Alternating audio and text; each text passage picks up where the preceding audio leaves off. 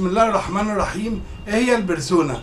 كنت ماشي في شارع زمان، قلت اكل جيلاتي من محل كده حلواني، وبعد كده مرت السنين والسنين، جه واحد حلواني تاني فتح جنبه، والتالت والرابع والخامس والسادس.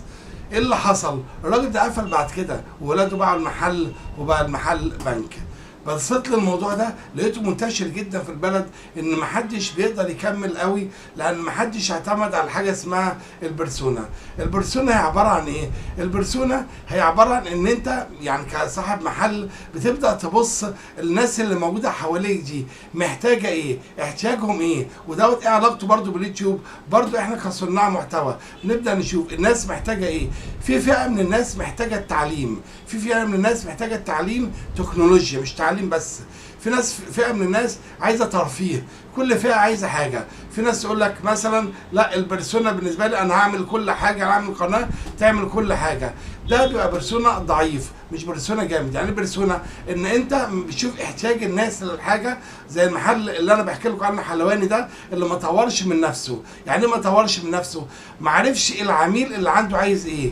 فالناس التانية لما جت فتحت كانت عارفة العميل عايز ايه، طلبات العميل واحتياجاته، هي دي اللي بنسميها البرسونا. ودي سبب اساسي في نجاح اي حاجة. لو انت بتبيع كتب، لو انت بتبيع منتجات، لازم تعرف المنطقة اللي انت فيها محتاجة ايه. ما انت مش ممكن تبيع في حاجات معينة ما ينفعش تتباع في مناطق معينة، تمام؟ عشان كده لازم ندرس حالة المنطقة وحالة البلد وحالة الحاجة اللي انت بتقدمها كصانع محتوى. هي دي الحاجة اللي بنتكلم عليها وبنسميها البرسونا. البرسونا بمنتهى البساطة كده، انت لك لازم مثلا زي ما صاحب مطعم مرة قال لك ايه؟ قال لك احنا هنشتغل على مين؟ هنشتغل مثلا على اولاد مثلا بيحبوا شباب ياكلوا اكل معين، ونعتمد كمان على الناس اللي هم التيك اواي، اللي هم بتوع المندوبين المبيعات اللي هم رايحين جايين دول عايزين حاجة على السريع كده. راح تاني قال لك لا ده انا لازم اعتمد على ان انا اعمل صالات عائلات وكذا وكذا، لان المنطقة اللي انا فيها دي كلها عائلات. هي هنا نبدا بقى نشوف كل واحد وحسب دراسته للمنطقه في الشغل بتاعه ليه البرسونا. برضو احنا كصناع محتوى وهو ده الموضوع بتاعنا، لازم كل واحد يشوف احتياجات الناس اللي معاه. انا زمان غلطت كده، ان في واحده قالت لي انا عندي قناه كويسه قوي وشغاله وكذا، بص انا هكلم ناس عن قناتك انت شغال كويس ماشي. جاني من عندها ناس بس ما تفاعلوش قوي، لان هم ما كانوش مهتمين بمحتوى التعليم التكنولوجي، مش تعليم اللي هو الدراسي او حاجه زي كده. كانوا مهتمين بايه؟ بحاجه تانية، هي مثلا ايه بتوديها لهم بتقولها لهم حاجه زي كده، الطبخ وحاجه زي كده. فمن هنا البرسونا اللي هي مش فاهماها دي هي اللي خلتها تقترح اختراع غلط، وانا ما كنتش فاهم برضو. انا كمان ايه، انا كمان عملت توضيها في الغلط. ودي معنى البرسونا. اتنين لنقطة تانية مهمة جدا، هو المجاميع اللي عندك مثلا بتشاهد عندك ايه؟ انا بقدم عن نفسي مثلا محتوى تكنولوجي، في ناس مهتمية عندي انا بقدم بايه؟ بالموبايلات بقدم. طب بتقدم مثلا حاجة عن جوجل ادسنس وعن اليوتيوب والمشاهدات بقدم. يبقى الموضوع هنا عندي مجاميع ناس، يعني انا عندي مثلا 4000 او 5000 مثلا مشترك، طب هم كلهم مهتمين بحاجة واحدة؟ طبعا هو ده بقى الحاجة المهمة اللي عايز اتكلم فيها. لما تيجي يا صاحبي تعمل قناة، حاول تخلي كل الناس اللي عندك اللي هم بيشاهدوا حاجه معينه هي بس اللي بتقدمها. يعني انت يعني في زميل لينا اشتغل على الموبايلات بس، جاله 700,000 في 4 شهور. ليه؟ هو اشتغل على حاجه واحده بس. لكن لما تيجي تقدم حاجات كتير زي المنيو بتاع المطعم اللي بيقدم حاجات كتير قوي مش متخصص في حاجه معينه، برضو يعني دي حاجه يعني ما بعتبرهاش انا كويسه قوي، لان اتضح مع الوقت انها مش قد كده، واتضح ان التخصص قوي، وكل ما بتعمل تخصص ادق وادق بيكون احسن بكتير. عشان كده احنا بنقسم الناس اللي عندنا على مجموعات في بيدخلوا عندنا. انا بدخل عندي ناس بحكم ان بقدم مثلا مستوى تعليم تكنولوجي، فناس بتقول لك لا طب انا عايز مثلا ابص على مثلا الموبايلات، الشغل بتاع الموبايلات، تقول لك لا طب وريني جوجل ادسنس بتتكلم بتقول ايه. طب انت عايز بتقول لي ازود مشاهدات، طب مش عارف ازاي. طب انت بزود لنفسك كتير ولا قليل؟ لا ده انا بطمع ان انا يكون عندي كتير. انت كده بتتكلم بس انت مزود مثلا قليل. طب ما انا هقدم كتير بس لسه العدد لما يكبر، بس هو لسه مثلا ما اخدش باله او ما فهمش حاجه زي كده. يبقى اذا بنشتغل هنا على المجاميع. طب اكبر مجموعه هي اللي انا هقدم لها واكبر منها، ولا اكمل في موضوع المجاميع؟ دي بترجع بقى لمنشئ المحتوى، كل واحد يبدا يقرر الشغل بتاعه. تعالوا نتنقل نقطه كمان. طبعا احنا عندنا نقاط معينه كده لازم ناخد بالنا منها.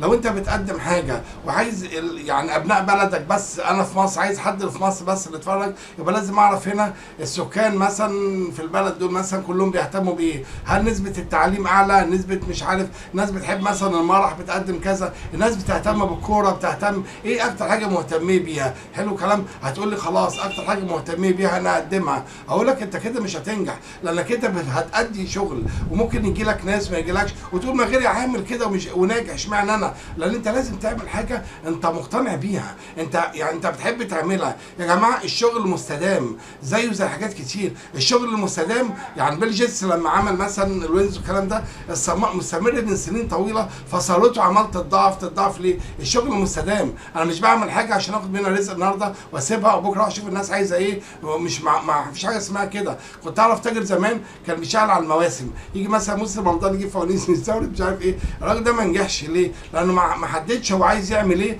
ما شافش يعني ايه. هو قال لك طب ما هو ده البرسونا ان انا اعرف طلبات الناس ايه عايزه ايه والكلام ده كله. لا انت كده مش محدد انت عايز تعمل ايه. تاني حاجة احنا بنتكلم عليها لازم نشوف الناس محتاجة ايه، وهو ده سر النجاح. احتياج الناس هو سر نجاحك انت. الناس محتاجة تعرف، او مثلا في لغات البرمجة وانت شاطر في الموضوع ده، يبقى انت لازم تقدم لهم حاجة من الحاجة اللي انت شاطر منها. طب الناس محتاجة ايه؟ في حاجة عايز اقولها لكم انا بقى بعيد عن الناس محتاجة ايه. الناس محتاجة كل حاجة، لان في فئة محتاجة التعليم التكنولوجي، في فئة محتاجة المرح، في فئة محتاجة مثلا الشغل والمكاسب والفلوس، في فئه مش محتاجه حاجه خالص وعايزه تفضل قاعده زي ما هي ما تعملش اي حاجه. اسمهم ايه؟ ابناء الكنبه. ابناء الكنبه دول مش محتاجين اي حاجه. ولعت لهم تلفزيون قعدوا قدامه، كلمتهم في موضوع اتكلموا معاه، ما اتكلمتش معاهم وفضلوا قاعدين عاملين كده وساكتين ما يعملوش حاجه في حياتهم. دول الناس اللي هم قاعدين مستنيين ايه؟ الحياه تعدي من غير ما يعملوا فيها حاجه. الفئه دي احنا مش هنتعرض لها ومالناش دعوه بيها، وللاسف دول عدد مش قليل. تعالوا نتنقل لفئه جديده. هنتكلم دلوقتي عن حاجه مهمه، ان بعض اصحاب الشركات عندهم بعد نظر في الشغل دوت. يعني ايه؟ يقول لك ايه؟ يقول لك انا هشتغل بنظريه مندوب المبيعات. مندوب المبيعات بيعمل ايه؟ بيجي يقول لك ايه رايك في المنتج دوت؟ بتقول له المنتج ده كويس، يقول لك هتشتري؟ هتقول له لا انا مش محتاجه. يجي يقول لك ايه؟ طب مين من زمايلك او من معارفك يعني عايز المنتج ده؟ هتقول له فلان. يعني فاهم الحته دي ازاي؟ طيب معنى كده ان احنا لازم نشتغل. صاحب الشركه قال كده، قال لك انا عايز اشتغل زي مندوب المبيعات.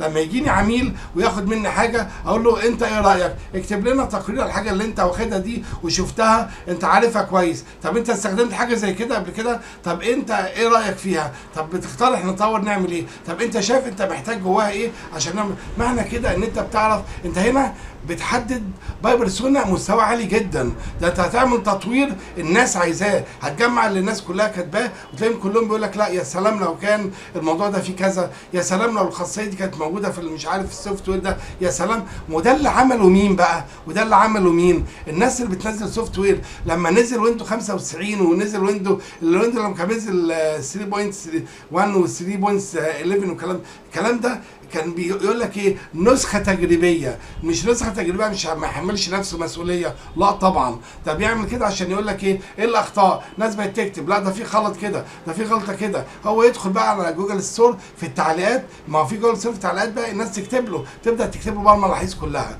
ودي انا بدخل حتى اقراها قبل ما احمل اي سوفت وير، اي حاجه بحملها من جوجل ستور واقعد اقرا ايه الريزوليوشن بتاعها. طيب عايز اقول لك بقى على حاجه مهمه يا صاحبي، ان البير بيرسونا دي واحده من اهم الاسباب اللي كان ربنا جعلها سبب ان اي حد يقدر يعمل ثروه عن طريقها، اللي يقدر يعمل ايه؟ نجاح كمان عن طريقها. لو انت عندك قناه على اليوتيوب او انت عندك مدونه او عندك موقع، لازم تعرف الناس محتاجه ايه كويس قوي. زي ما عمل موقع مثلا اخباري فلان، مش هنذكر اسمه طبعا، ونجح بسرعه لان الناس كان في الوقت ده كان في حروب وكان في حاجه معينه الناس محتاجه فيها ايه؟ اخبار معينه عن كوره، عن اي اخبار، عن اي حاجه. تمام؟ ودي نقطه مهمه جدا لازم تاخد بالك منها. انا غطيت تقريبا الموضوع الباي بيرسونا، والناس طبعا شرحته بكذا طريقه، واعتقد ان الكل يكون فاهمه ان شاء الله.